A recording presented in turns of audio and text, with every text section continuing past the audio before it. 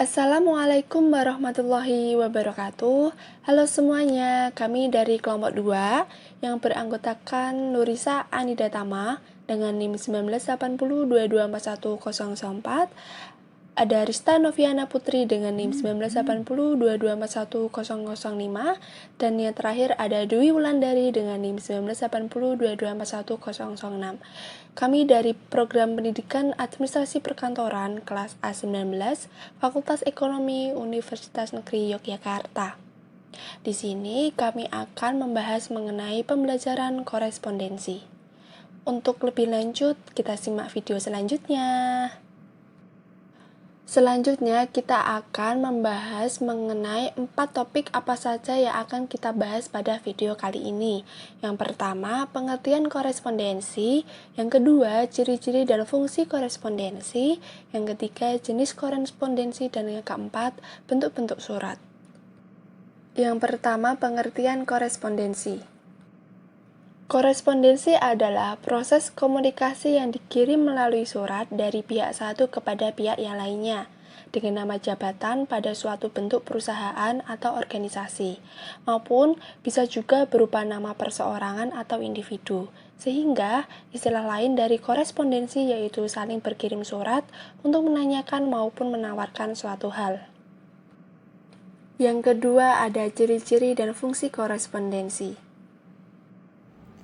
Ciri-ciri korespondensi. Yang pertama, isi pesan surat bersifat informasi atau persuasi. Yang kedua, surat memiliki bagian standar. Yang ketiga, surat memiliki satu pesan inti. Kemudian yang terakhir, gaya bahasa dalam surat bersifat formal.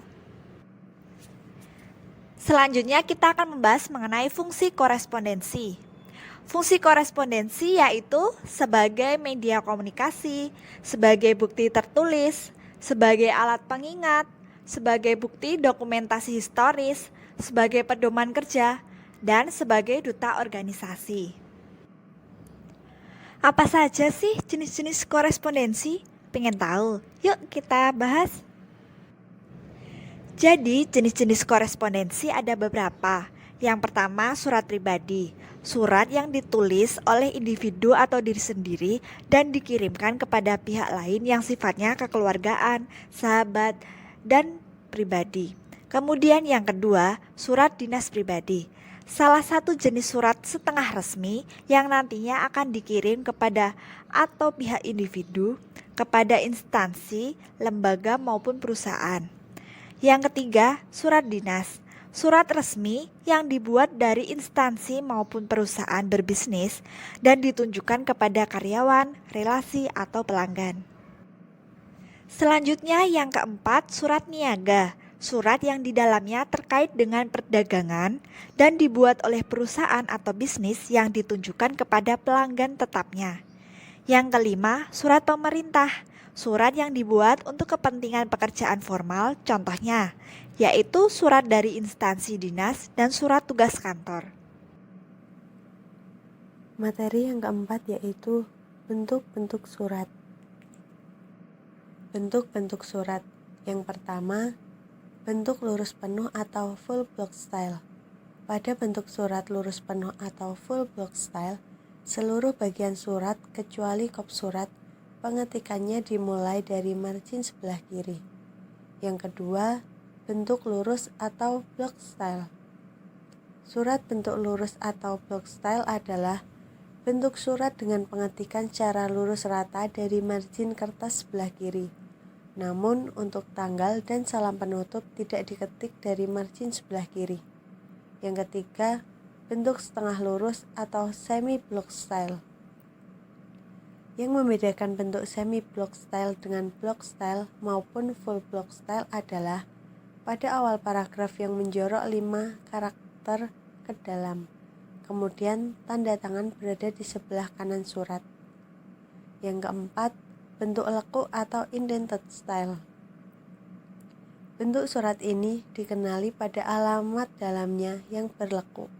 Dan setiap awal paragraf selalu menjorok 5 baris ke dalam, sedangkan baris berikutnya tetap pada margin kiri. Yang kelima, bentuk alinea menggantung atau hanging style. Perbedaan surat bentuk ini terletak pada isi paragrafnya, di mana baris kedua pada paragraf surat tersebut dimulai 5 baris atau menggantung. Dan yang terakhir yaitu bentuk resmi atau official style. Bentuk resmi ini sering digunakan dalam institusi pemerintahan. Pada pengetikannya, alamat dalam berada pada sisi sebelah kanan. Kemudian paragraf isi surat menjorok sedikit ke dalam. Setiap awal paragraf menjorok 5 spasi ke dalam. Itu tadi pemaparan materi mengenai korespondensi. Semoga dapat bermanfaat. Sekian dari kelompok kami. Wassalamualaikum warahmatullahi wabarakatuh.